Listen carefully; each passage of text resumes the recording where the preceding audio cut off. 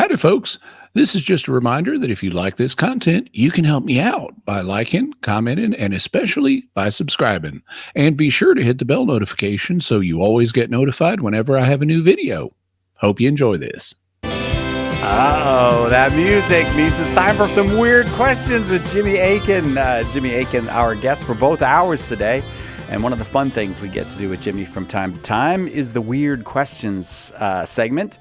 Jimmy, of course, is the proprietor of Jimmy Akin's Mysterious World and is well known to accept whatever the question is on its merits and apply reason and revelation to the question and come up with the best answer he can. And so because of that willingness, I think more and more people have approached Jimmy with weirder and weirder questions. Well, I don't know if they're weirder and weirder, but there's more and more of them. So we have a couple hours devoted to that. Jimmy Akin, of course, in addition to being the proprietor of Jimmy Akin's Mysterious World, also has the podcast, the Jimmy Akin Podcast, and is the longest serving member of the Catholic Answers family here, and an apologist, author. Jimmy, is that correct? Longest serving member? Oh, yeah. Longer than Jen?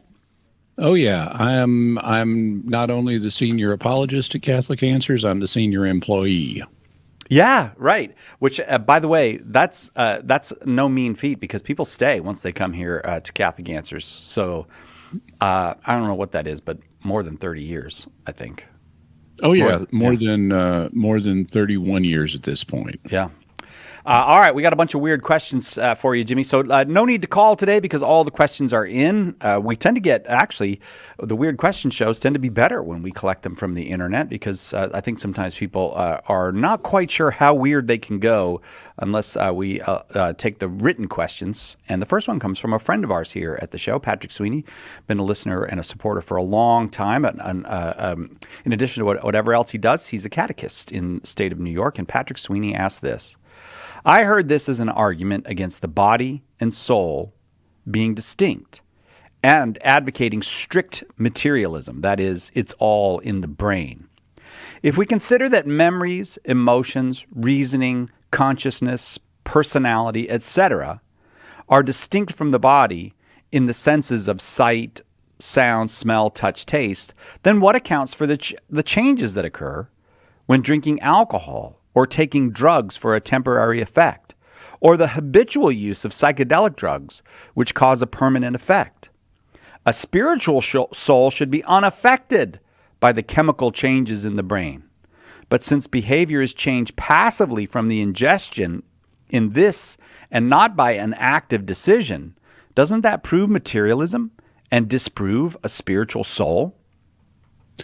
So this is a question that comes up periodically, and I've considered it myself for years. In fact, I actually raised this question explicitly in Lecture 1 whenever I teach parapsychology and need to deal with the nature of consciousness.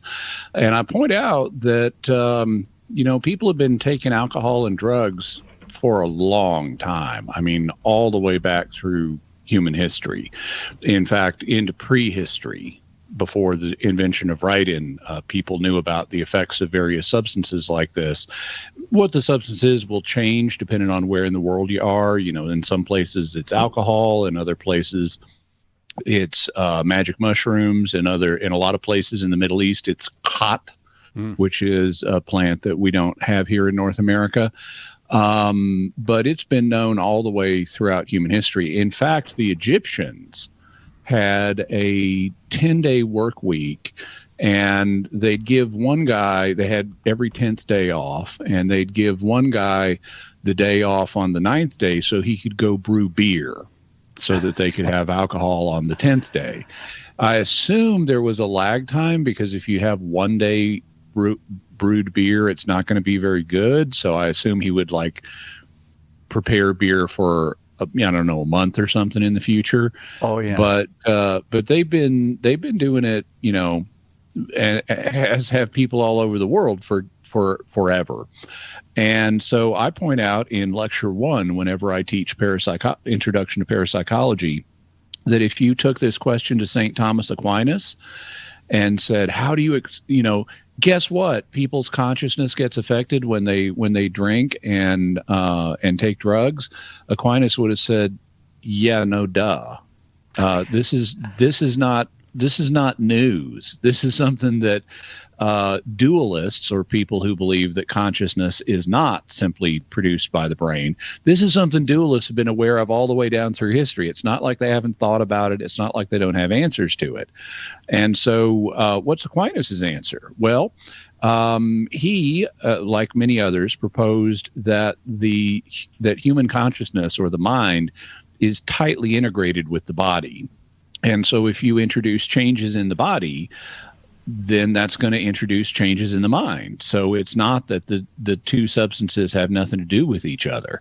One way, that's a fairly recent way of articulating a possible model to explain this, is the transducer model. So on a reductionist view, all consciousness reduces to the functioning of the brain, and so you could say the brain generates consciousness. It's a generator.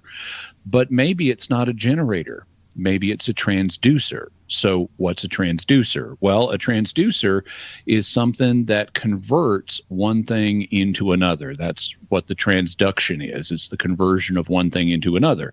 So, for example, if you're listening to this show on the radio, well, our voices are going into microphones, which transduce the sound waves of our voices into electronic signals that are then processed and sent through the different media to get them to your receiving device. Let's say it's a radio.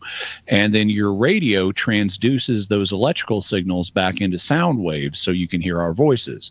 If you're watching us online, in addition to the transduction of our voices, we also have cameras that are transducing our images into electrical signals, and then your device transduces those electrical signals back into visual signals. So that's what a transducer is in general terms, and in both the cases of cameras and microphones and screens and speakers, they're mechanical transducers. But there are more than mechanical transducers. There also are biological transducers. And so our eyes transduce light into electrochemical signals to be processed in the brain. Our ears transduce sound waves into electrochemical signals to be processed in the brain. Our sense of touch transduces various forms of tactile information into electrochemical signals to be processed in the brain. So our skin is covered in transducers. And our senses of taste and smell also transduce chemical information into electrochemical signals to be processed in the brain. So all of our senses involve transducers. We have transducers built into us, and they cover every square inch of the surface of our skin. So we've got all this transduction happening in the human body, taking the signals up to the brain. So what if the brain is itself a transducer? What if its job is to relate the physical body to consciousness? And if that's the case, then you can answer the question about alcohol and drugs by looking at the behavior of other transducers.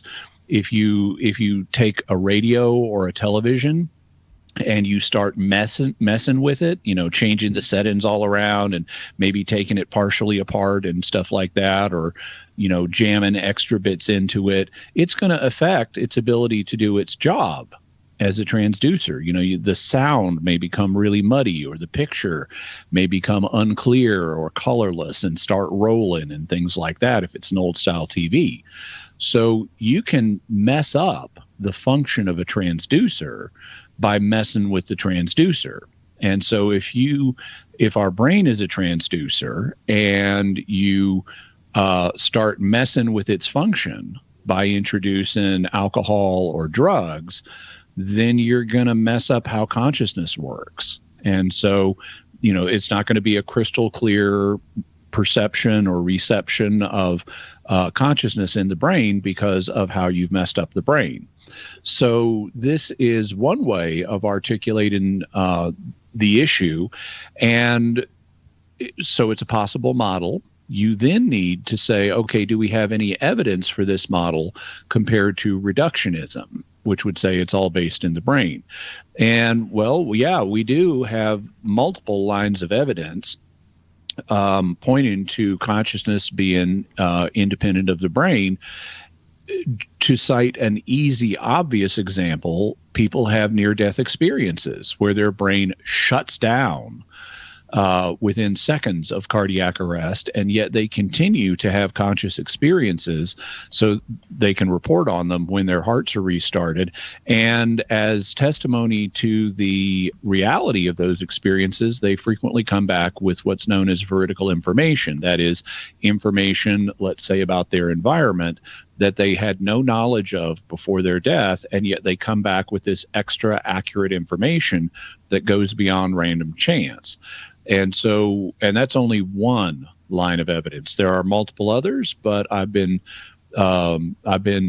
discussing this at some length, and I know we're coming up on the break, so I'll leave it there for now. But this is an old problem with old answers. Patrick, thank you very much. You're an old friend, and we're glad to get the question from you. Thanks for starting us off with weird questions. Lots more weird questions to come for Jimmy Akin on Catholic Answers Live. Hang on.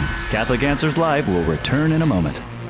Are you a coffee drinker? If so, you can now enjoy a coffee roasted to perfection by the Carmelite monks of Wyoming. Delicious Mystic Monk coffee is roasted and prepared by monks in a hidden cloistered monastery and is available in over 25 varieties. All Mystic Monk coffees are works of perfection and labors of love. For more information on how to purchase Mystic Monk coffee, visit mysticmonkcoffee.com. That's mysticmonkcoffee.com.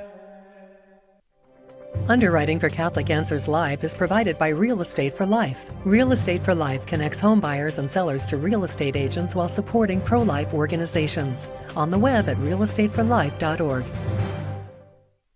Proclaiming the faith, changing lives. The year was 1993. EWTN provides live coverage for World Youth Day 93 from Denver, Colorado to 32 million homes. It marks the debut of a new producer, Michael Warsaw, who will one day become EWTN's chairman of the board and chief executive officer. To learn more about Mother Angelica's life and the history of EWTN, visit EWTN.com/Mother Angelica.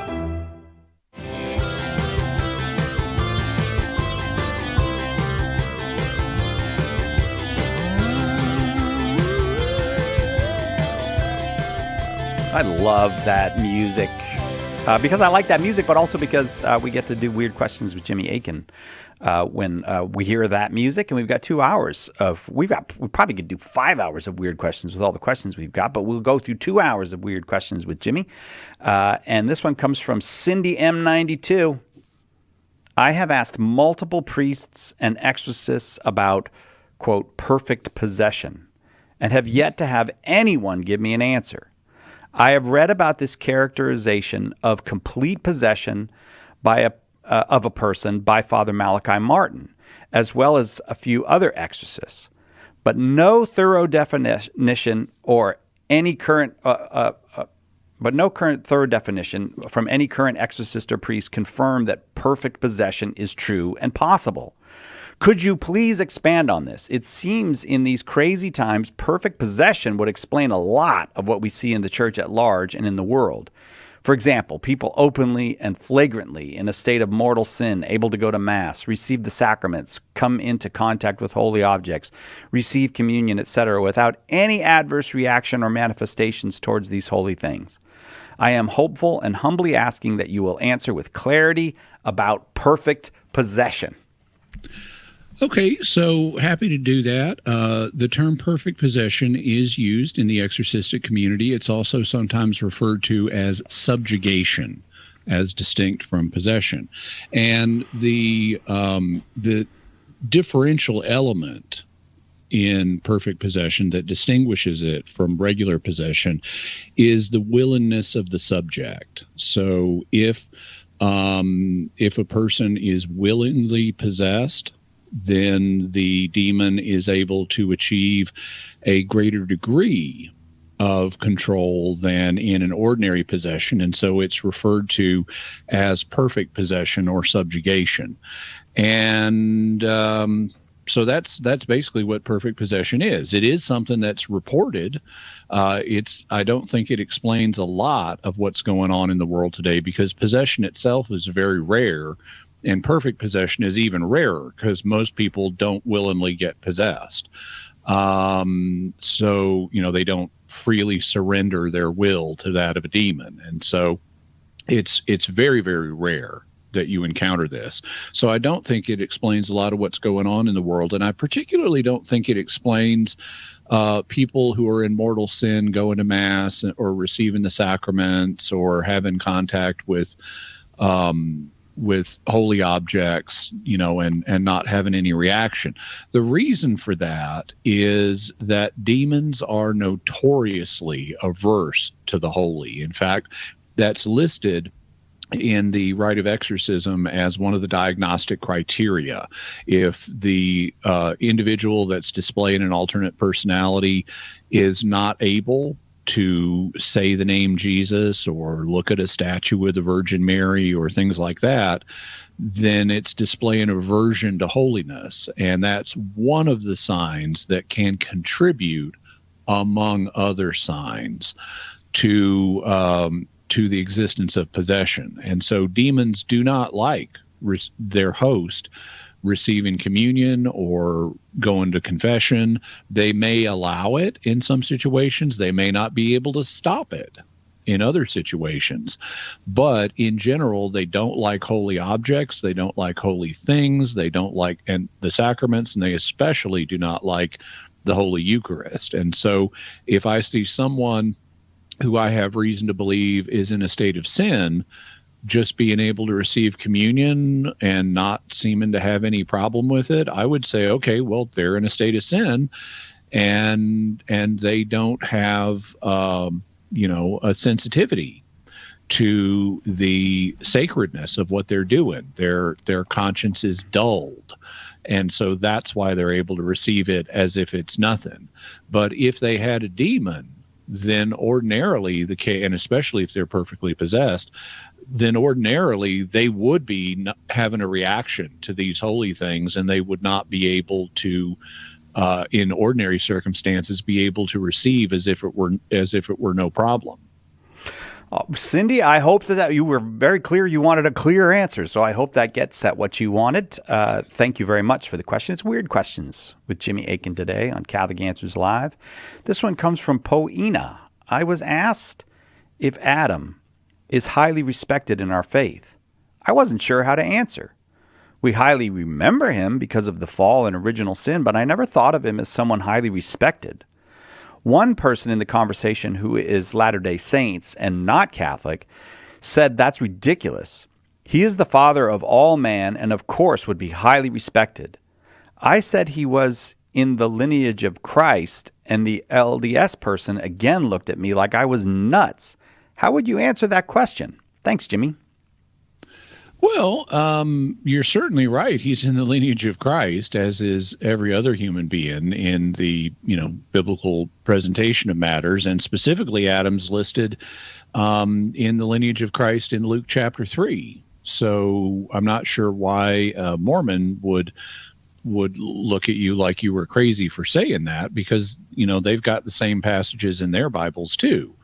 So I suspect there may be more to the situation that would be clearer if I had been there to witness the interaction. But in terms of, is Adam highly respected? Well, so I think the answer is yes and no. I think in part it depends on who's doing the respecting. Not everybody thinks about this question. I would think it's fair to say that Adam is not respected because he plunged our race into sin, and you don't deserve respect for doing that. That kind of, even though he was a glorious, individual prior to the fall, he chucked it all away, not just for himself, but for all of us too. And so that kind of takes the shine off of the respect you deserve. So I think that it's legitimate to recognize Adam's fault. And, that's kind of other than being the ancestor of all humans in the biblical presentation, that's the thing he's famous for, is plunging us all into sin and making us all subject to death. And so neither one of those is a good thing. And we have to take that into account in our analysis of his character. On the other hand, he is the most senior human being. I mean, I may be the senior employee at Catholic Answers, but he's the senior human being. He's even senior to Eve, the way Genesis presents it. So, well, okay, you want to respect your elders. Well, he's as elder as it gets. So he should be respected for that. He also is respected, because he honor your father and mother. Well, he's the universal father. So he should be respected for that reason too. And there are Christians who do, respect him. In C.S. Lewis' Chronicles of Narnia, there, you have this series of stories about children from our world being transported to another world, which is populated, for example, by talking animals.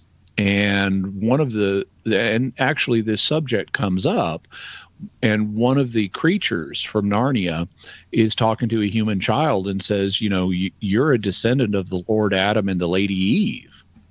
That's high honor. And so that presupposes honor for the Lord Adam and for the Lady Eve. And, they're also creatures of God and should be respected for that reason. So I think it's a mix. There are things to respect about them, but there are also things that kind of pretty seriously take the shine off of that respect. Paulina, thank you very much for the question. Lots of good, weird questions today for Jimmy Akin, senior apologist, as he said, here at Catholic Answers. Adam really does have seniority. That's pretty well established seniority there. I don't think anyone's going to overtake him. This one comes from Moose Keto, and I think keto is. I like that name, Moose, because in fact moose are keto. They're very low in carb. That's a good point. Yes, Moose Keto asked this. All right, an aliens question. If aliens made of antimatter showed up and wanted to become Catholic, how would we accomplish this when the sacraments, like baptism, ordination, and the Eucharist, involve contact with matter?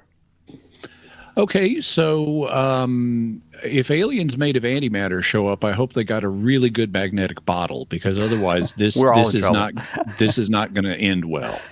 But if they showed up and they wanted to become Catholic, they would need to be baptized, and so one would have to run this past the dicastery for the doctrine of the faith just to confirm it, that this is the way to do it. But it seems to me the obvious solution is to get anti-water and baptize them with anti-water, and similarly give them other sacraments that involve contact with matter, only give them an antimatter equivalent to it. So we already know how to make basic atoms of antimatter, and so water is really simple. You just need anti-hydrogen and anti-oxygen, and you can make anti-water. In fact, given the likelihood of organic chemistry as a basis for life, they probably have anti-water on their planet already. So it would even be natural anti-water. In fact, they likely would be carrying it with them to drink. And so I would say, well, okay, have one of the antimatter aliens take some anti-water and baptize another antimatter alien. And okay, then that antimatter alien would be an antimatter Catholic. Because all antimatter is normal matter with the charges flipped from positive to negative. And so in theory, it may not disturb the validity of the sacrament. But as I said, one would want to talk to the dicastery for the doctrine of the faith to try to confirm that. All right, Moose. So what actually happens if you come into contact with the antimatter? The particles of opposite charges annihilate and release a tremendous amount of energy. So you're a bomb, basically. Basically, this is the most efficient producer of energy that we're aware of. So you get a bigger bang for your buck, literally speaking, if you slam matter and antimatter into each other. If it happens on a microscopic scale, it's not that big of a deal. But if it happens with macroscopic objects, it would be amazingly devastating. All right. But it's not like a mirror universe or something like that. It's just stuff that's in our universe that just has a different charge. It's not like Spock, antimatter Spock has a beard. No. Yeah. It's the same thing. It's just the charges are flipped. But we actually don't have a lot of it in our universe, and that's a mystery of science. Today, we don't know why there is so little antimatter in the universe. You might expect, given that when certain particles decay, they produce equal amounts of matter and antimatter. Yeah. You would expect half the universe to be matter and half the universe to be antimatter. And in actuality, it's overwhelmingly matter, and scientists are not sure why. That's an ongoing mystery under investigation. Call if you know where the antimatter is. All right, we'll be right back with more weird questions for Jimmy Akin on Catholic Answers Live.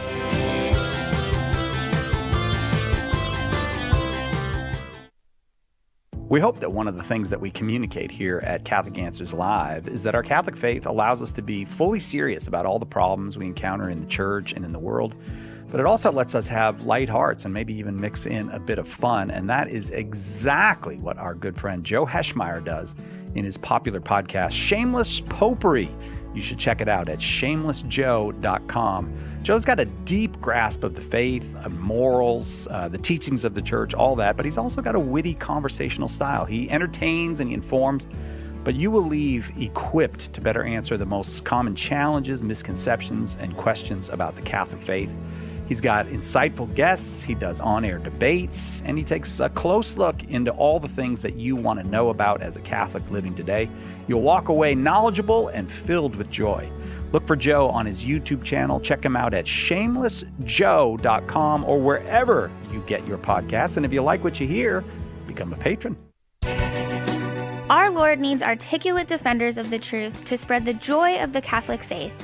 Catholic Answers monthly giving club, Society 315, helps you fulfill the call in 1 Peter 3:15 to always be prepared to make a defense for the hope that is in you. For as little as $10 a month, you'll help Catholics grow in faith, bring lapsed Catholics home, and lead non-Catholics to the truth. Go to casociety315.com and join today. From its earliest days, Catholic faith has been lived by a yearly cycle of feasts and seasons. The new book from Mike Aquilina and Adam Lucas, Feasts of Our Fathers, is a one-stop companion for praying and meditating through the holy days and seasons of the Church with help from the most ancient Christian people. Don't just read about the early saints, pray with them. Order your copy of Feasts of Our Fathers now at shop.catholic.com or ask for it at a good Catholic bookstore.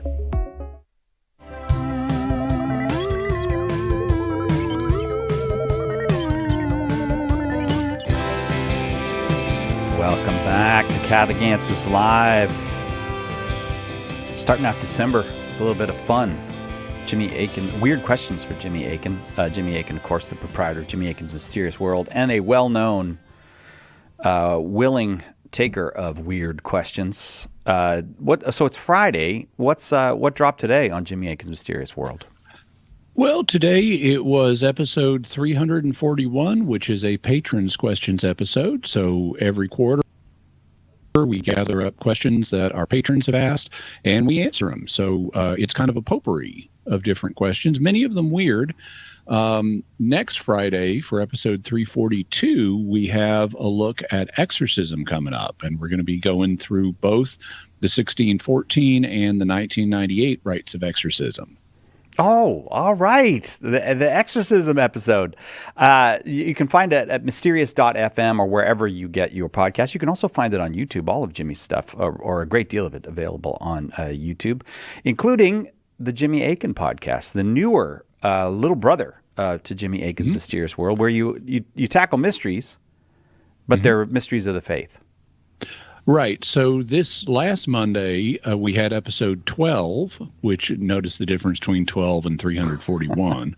But we had episode 12, which is on the question of, is everything predestined? Because there are a number of Christians, particularly in the Calvinist community, who hold that God not only predestines individuals to heaven or hell, but he predestines every single thing that happens in world history. Every little motion of every little particle of dust or atom, God predestines that that's going to happen. And so an obvious question is, well, if that's what you believe, how can you prove that? What does the Bible say about that? And so I look at the verses that are most commonly proposed by Calvinists to support this view, and you can listen to the episode to hear what I have to say about them. Also, this coming Monday for episode 13, we're going to look at Jesus's clearing of the temple. Because he does that in each of the four Gospels, but people have questions about it, like, why did he do it? And there's also a question of, when did he do it? Because Matthew, Mark, and Luke presented at the end of his ministry, but John presents it at the beginning. So we're going to wade into that and answer those questions for you. All right. Also, you can just search Jimmy Akin Podcast and you will find it. Also available on YouTube. For those of you who, so much stuff going on YouTube these days. It's the meeting place. It's the world's meeting place. I'm looking forward to the answer of this question.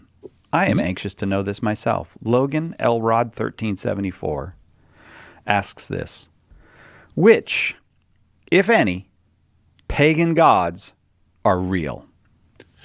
Well, in the Old Testament, the Old Testament perspective on the pagan gods is that they are angelic beings that were put in charge of the nations by God. This is something that is mentioned in Deuteronomy, and so and it says that when God divided up the nations and gave them their heritages, so that's a reference to after the Tower of Babel.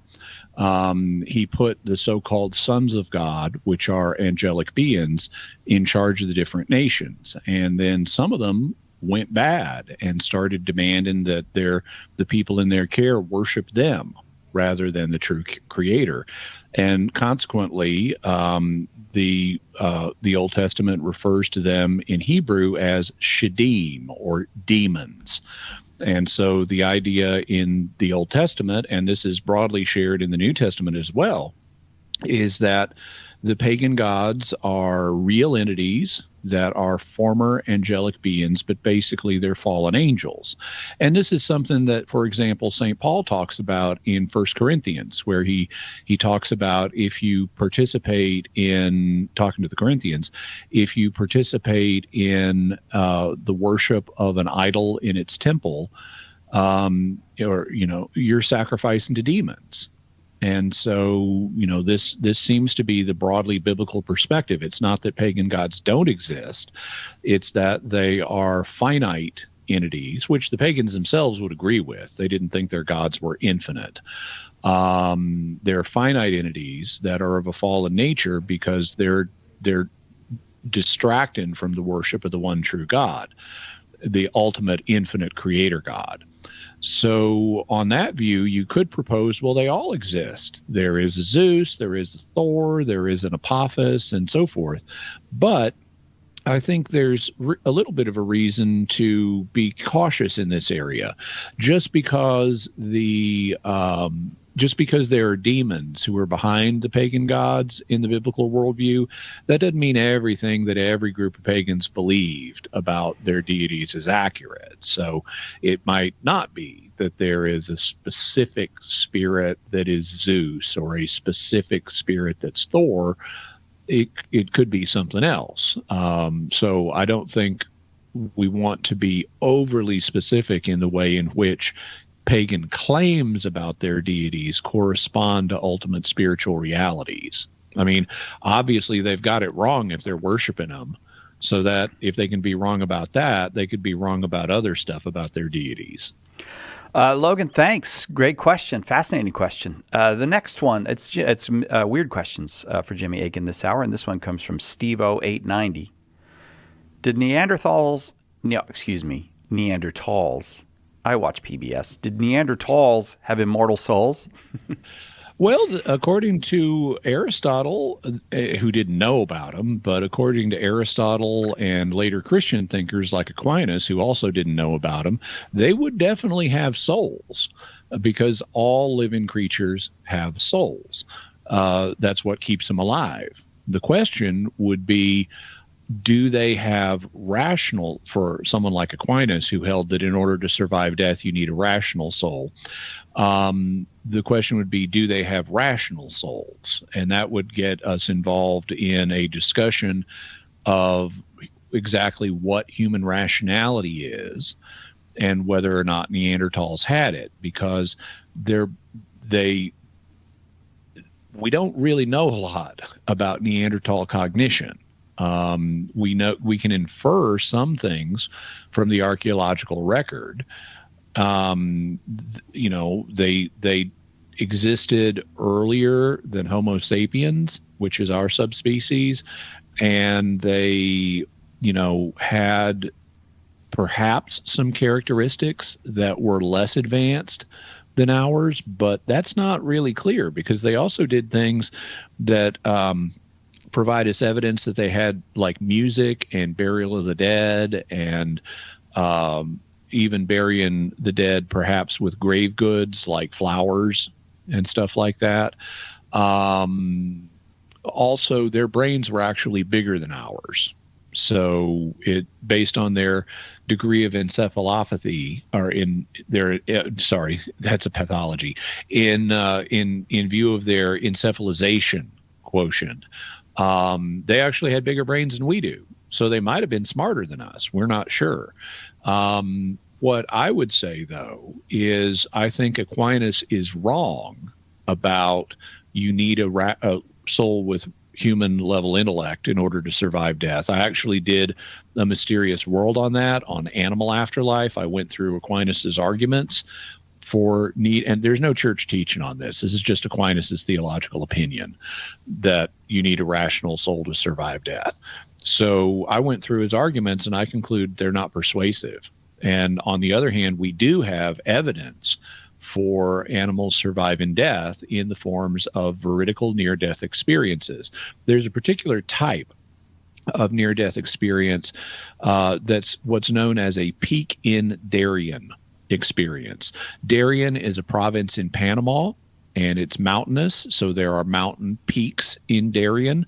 And there's an old poem that talks about a group of Spanish explorers climbing up a peak in Darien, and one of them gets to the peak first, and he can look out on the Pacific Ocean. The others can't. So all they see is this guy in front of them responding in awe to what he's seeing now that he can see the Pacific Ocean. Well, in early parapsychology or psychical research, as it was then called, this concept of a peak in Darien became attached to a certain type of deathbed vision, where people will see their loved ones coming to them to welcome them into the afterlife. This is very commonly reported, but sometimes they see someone they're not expecting. Like in one famous incident, this is the one that kind of got the name attached. There was a British woman who was dying, and she had multiple brothers and sisters, as you did back in the day. And she's got some of them gathered around her deathbed, but some of them have already died. And not all of them are there. Like they've got one brother in India. And so as she's seeing her departed loved ones come to welcome her into the afterlife, she sees, oh, here's this one sibling, which everyone knows is dead, and here's this other sibling, which everyone knows is dead, and here's this third sibling that everyone knows is dead. And what is my brother in India doing here? Why is he in the realm of the dead? And this was so shocking because as far as all they knew, their brother in India is alive and well. but she sees him in the realm of the dead. And it's so disturbing that one of her sisters has to run out of the room because she just can't deal with it. Well, okay. And then later they get information indicating, yeah, we were going to inform you, your brother in India has passed on. So it turns out she was right. He had died, and she saw him in the realm of the dead. Okay, so here's the thing. That was a Pekindarian experience where you see someone in the afterlife you're not expecting, and it turns out you're right. It happens with animals. People have had near-death experiences where they go in cardiac arrest, and, oh, here's grandma welcoming me into the afterlife, and she's holding my cat Fluffy, who should be alive and at home. Oh, weird. And then they bring him back, and it's like, we're sorry, but yeah, your cat Fluffy just died. And so, but you just saw Fluffy in the afterlife. And it turns out this is not uncommon. As I discussed in the Mysterious World episode, I did a search of a database of thousands of near-death experiences, and animals crop up in something like a quarter of them. So I don't think you need a rash. I think if near-death experiences provide evidence of human survival, they also provide evidence of animal survival. So I think Aquinas' arguments don't work. I think we have evidence for at least some animals having afterlives. And also I have a principle that if you've got the concept of an afterlife, then it's overwhelmingly certain that you have an afterlife. And so the fact that Neanderthals buried the dead, unlike other species, cats don't bury the dead, dogs don't bury the dead, whales don't bury the dead, but humans and Neanderthals do. And they even buried, apparently, this is perhaps debatable, but they apparently buried them with grave goods. The purpose of burying someone with grave goods, like jewelry or, axes or whatever, is so that they can use them in the afterlife, at least spiritually. So if we've got Neanderthals being buried with flowers, it's so they can enjoy the flowers in the afterlife. And that would indicate they had the concept of an afterlife. And if you've got the concept of an afterlife, I think you got one. So I would say Neanderthals do have immortal souls, regardless of their exact degree of rationality. Steve-O, great question. Thank you. It's Weird Questions with Jimmy Akin. We'll take a quick break and be right back with more of those after this on Catholic Answers Live. Hang on. We'll be right back with more Catholic Answers Live. The Catechism defines evangelization as the proclamation of Christ and his gospel by word and the testimony of life. But what does that look like in real life? It looks like St. Paul street evangelists out in the public square sharing the good news. We're a Catholic nonprofit that starts conversations by handing out free sacramentals. Then we employ our method of listen, befriend, proclaim, and invite. Catholic Answers is supported in part by St. Paul Street Evangelization. Visit streetevangelization.com to learn more. Turn to Mary, the Mother of God, for help bearing witness to the gift of life with the National Life Rosary. Designed exclusively for EWTN, the unique centerpiece and crucifix represent the reality that all life is sacred and begins at conception. Help build a culture of life with the National Life Rosary, available now at EWTNRC.com. EWTN is the global Catholic network.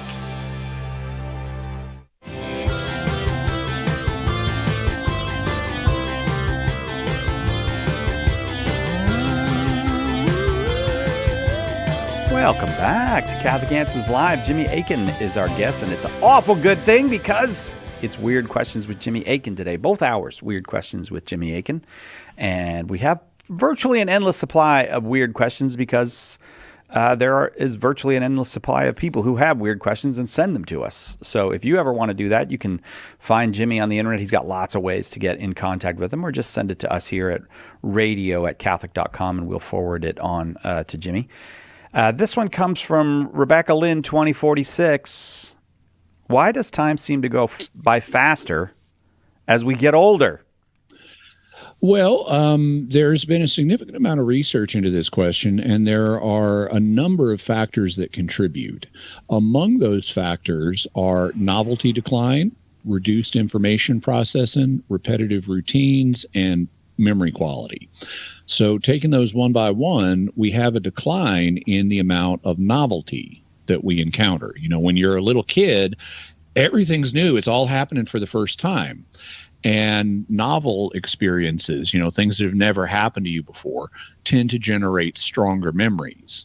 And so you have a lot more novelty in your life when you're a kid, and you form stronger memories about it. And that makes it appear that time is passing faster.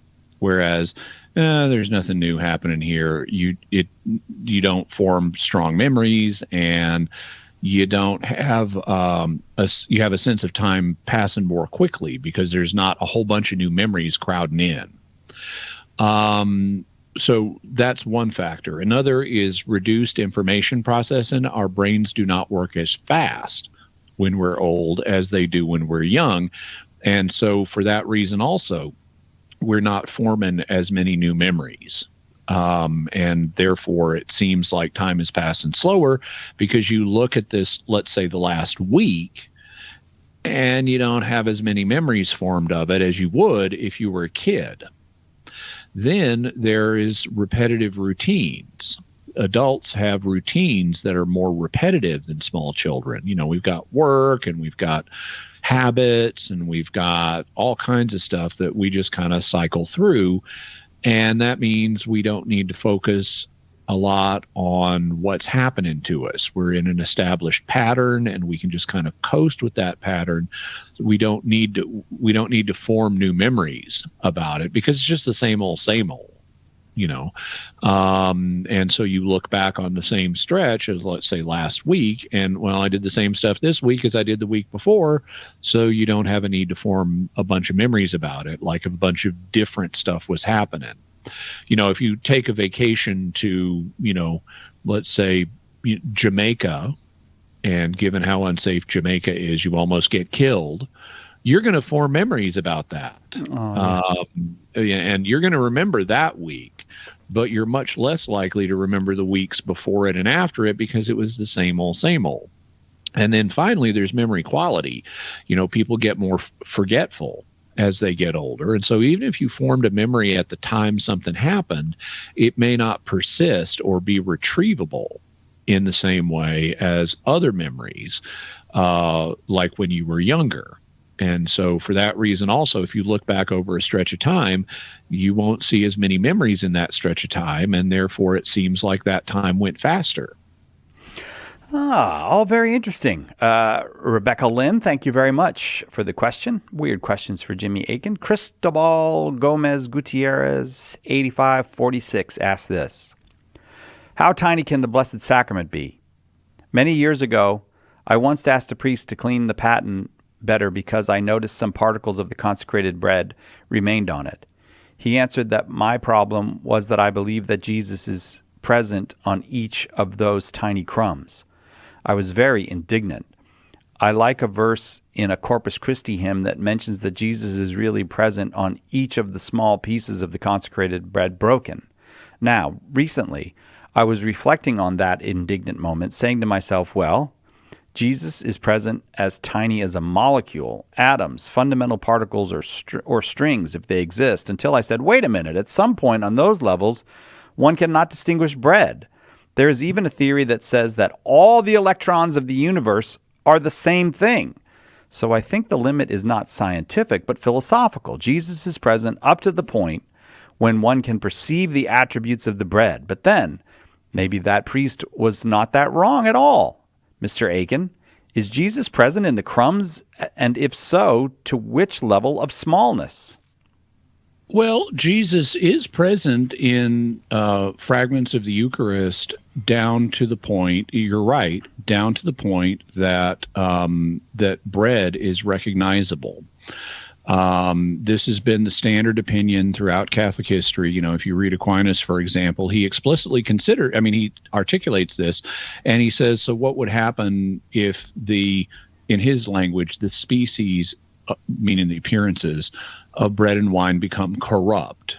He says, for example, if you took a host that was consecrated, God forbid, and crushed it into fine powder, he says that, it wouldn't have the real presence anymore, because it's those little particles of fine powder are not recognizable as bread. They may be chemically identical to bread, but you're not looking at them with a microscope. God designed the sacraments to work in terms of a human frame of reference with human senses. And so the standard view is that if the particles of the Eucharist or the drops of the precious blood are so small that they are no longer recognizably bread or wine, then the real presence is no longer there. So the real presence persists as long as the appearances of bread and wine persist. And this is incidentally confirmed in a Congregation for the Doctrine of the Faith note that came out around 1970. Where they indicated different procedures are to be used. And they point out, depending on the size of the fragments, if the fragments are large enough, they still have the appearance of bread, then you treat them as if the real presence is here, because it is. But if they're so small that they don't have the appearance of bread, then you don't treat them in that way. You treat them in a reverential way, because you know they came from a consecrated host, but they no longer have the real presence. So you treat them in a different way, and you use the purificator and so forth to deal with them. So those are the basic principles. Now, at this point, a lot of folks are going to wonder, well, so how small is that? And here there's no criterion beyond what I've given you that the church has articulated. It's not like they've said if it's smaller than a millimeter, then it's not going to be the real presence. But the basic criterion is if you held it up, and I think you need to hold it up outside of its context. Because if I have, let's take Aquinas' example. If someone has a host and it's consecrated, and then they crush it in my presence, I'm going to know that fine powder came from a host, not because it looks like bread, it doesn't, but because they did it in my presence. Oh yeah, right. So I think you've got it. So it's the context that tells me this used to be bread. So I think the way you have to apply the test is, if you didn't know where this came from, would you perceive it as bread? Would a person of normal sound judgment perceive it as bread? And there are lots of situations. I mean, I saw a video once of someone having a black background, and they were like dropping an unconsecrated host on it and noting how, oh, look at all these particles that fell off the host when we do this. And they were arguing these particles do have the real presence, but they were ignoring standard Catholic teaching on this. And if you'd done the same thing, not in my presence, and presented me with the black background with little specks on it and said, is this bread? I'd say, I have no idea. And so, it certainly doesn't look like bread. So I think that in that case, they were being unnecessarily alarmist and stirring up a bunch of fear in people that they shouldn't have. Because if you can't tell by looking at it, apart from knowledge of its context, that it's bread, then it does not retain the real presence. All right, Cristobal Gomez Gutierrez, 8546. I do hope that was helpful to you. Is it true that I guess at a certain point, molecular, when would you stop seeing, like, just in his thing, he said molecules, atoms, fundamental particles, or strings, if they exist. Mm-hmm. I guess if you saw the atoms, you couldn't tell that they were involved. Oh, no. This is within the macroscopic world. Yeah. Things you don't need a microscope to if you have to use a microscope to look at it, you're already past the real presence. Right. Yeah. Because you can see particles that fall off of a host with the naked eye, but you couldn't, and they do not reveal the real presence because they're not big enough to see that this used to be bread. All right, that'll do it for this hour, but we've got another hour coming up of weird questions with Jimmy Akin, and so we'll get more weird music, and we'll bring in lots more weird questions. If you like what you hear from Jimmy Akin, you can always check out Jimmy Akin's Mysterious World, one of the most popular documentary podcasts in the world. A new episode each Friday. coming up on 350 episodes available. So if you're just finding out about Jimmy Akin's Mysterious World, you got a lot of fun in front of you. Also, check out the Jimmy Akin podcast. Up to now, 12 episodes, and you can find that on YouTube as well, or wherever you get your podcasts. I've looked ahead, so I know there are lots of cool questions coming up. Hang on, and we'll continue with Jimmy Akin's, I almost said Jimmy Akin's Mysterious World. No, it's Weird Questions with Jimmy Akin this hour, and more of that is coming up right after this on Catholic Answers Live. And before we go, just one more reminder that if you like what you've watched, you can help me out by liking, commenting, and especially by subscribing. I'm trying to grow my channel, and I'd really appreciate your help. Thank you, and God bless you.